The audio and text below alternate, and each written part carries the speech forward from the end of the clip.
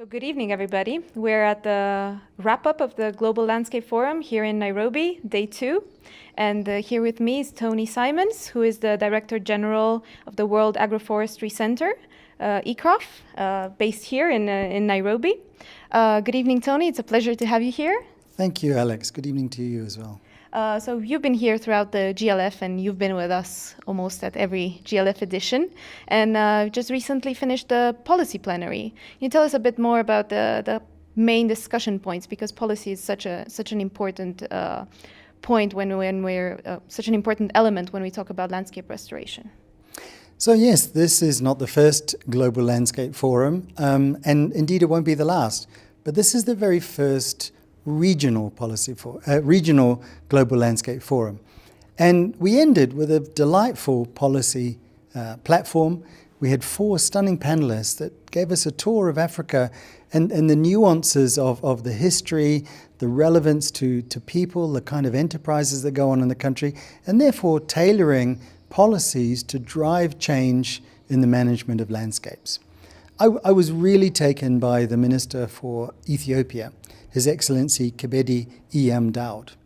And he said that land security is national security. I mean, how cool is that? That relating the health of the land and the management of the land to their own natural situation and connecting people with landscapes. Ethiopia is particularly unique because they have a system where in communities, each adult has to spend 20 days working on the watershed, the place that provides the water, the natural capital ecosystem services for their agricultural land. But some communities take that even a step further and through social capital agree every adult's going to work 40 days in the landscape, and it really has transformed their country. Not only that, they set very high policies.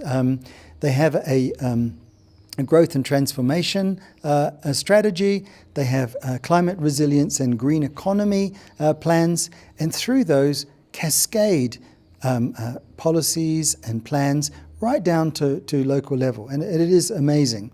Not only that, they mobilize government support first and then try and get external support to implement those policies. So I was really amazed by what was happening in Ethiopia.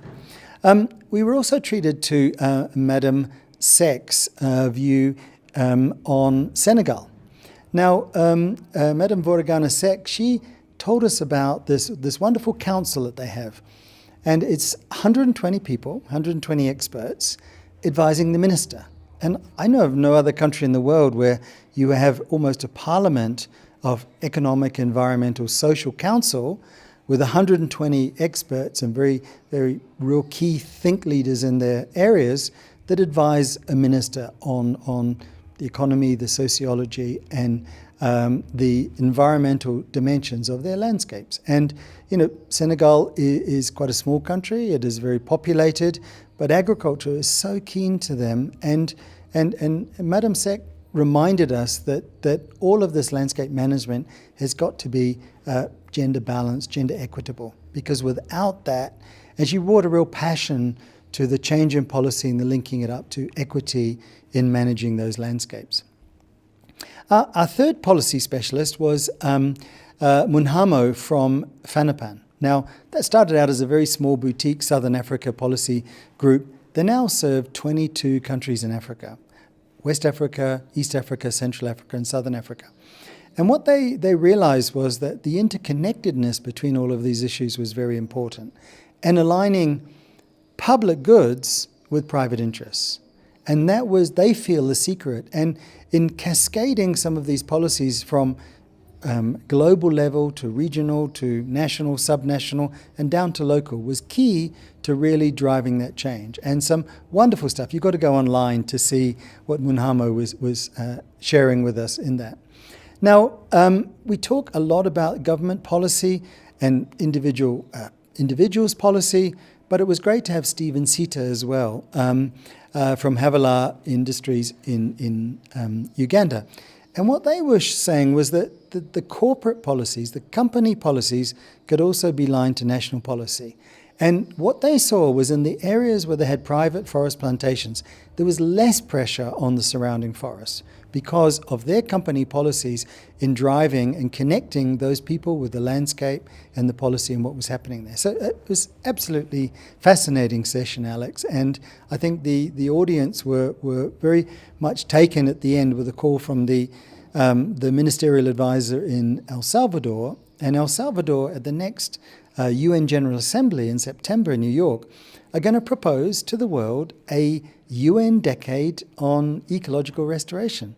And it's going to need the evidence and the ideas and the management and the expertise that was displayed this week by the 1,200 people that registered for this brilliant premier event in Africa. That's amazing. And one question, because at ECROF, at the World Agroforestry Centre, agroforestry is so important for landscape restoration. After attending the GLF, how do you see its role in this context evolving?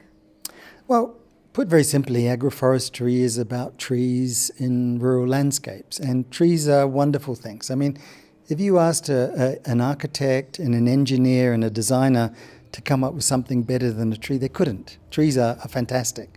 They bring up water from depth, they take carbon out of the atmosphere, they provide a fabric for biodiversity to thrive, plus all of those goods and services, all of the energy and fruit and timber and medicine.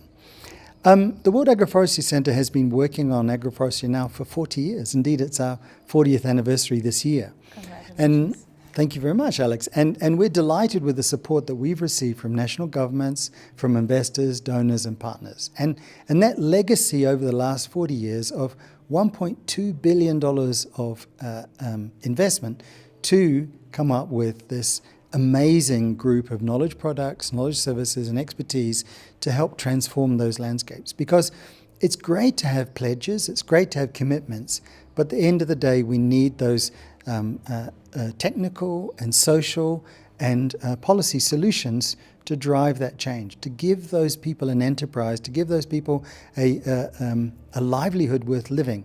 And show me a landscape that doesn't benefit from trees. And that long-term perspective, that long-term enterprise of trees also can buffer us a little bit about climate change. Because, Alex, remember that when trees first evolved 380 million years ago, the planet was 10 degrees hotter than today. Yeah, 10 degrees hotter, and CO2 concentrations were 10 times what they are today, 4,000 parts per million. And it was trees that cooled the planet and trees that sequestered that carbon. And without trees, we wouldn't have had life, mammalian life, thrive. And if we destroy those trees, it will also not thrive. And my last question, how do you see your future activity the next 10, 20 years for ECROF? How do they look in this? We're trying to make so much progress and stick to our pledges. So in this context, what would work ahead? How does the road ahead look like?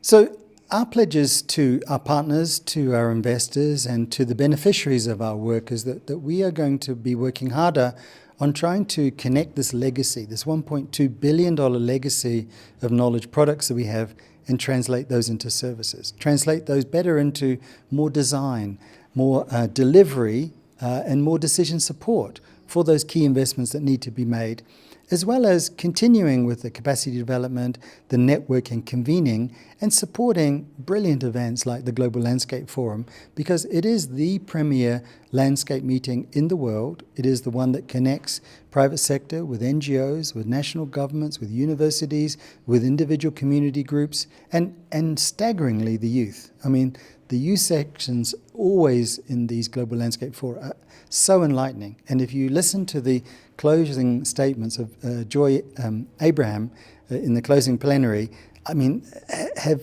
you ever seen such wisdom on such young shoulders? It's exciting. It's a great time to be in it. Yes, we're facing turmoil in the world. Yes, we're facing difficulties.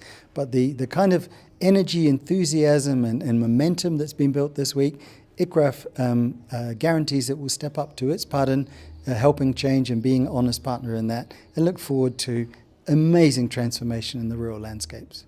Thank you so much, Tony. It's always a pleasure to have you, and ECROF is one of our key partners, and their presence here for us is very important. So I guess I'll see you at the next GLF. Great. Thanks, Thank Alex. you so much.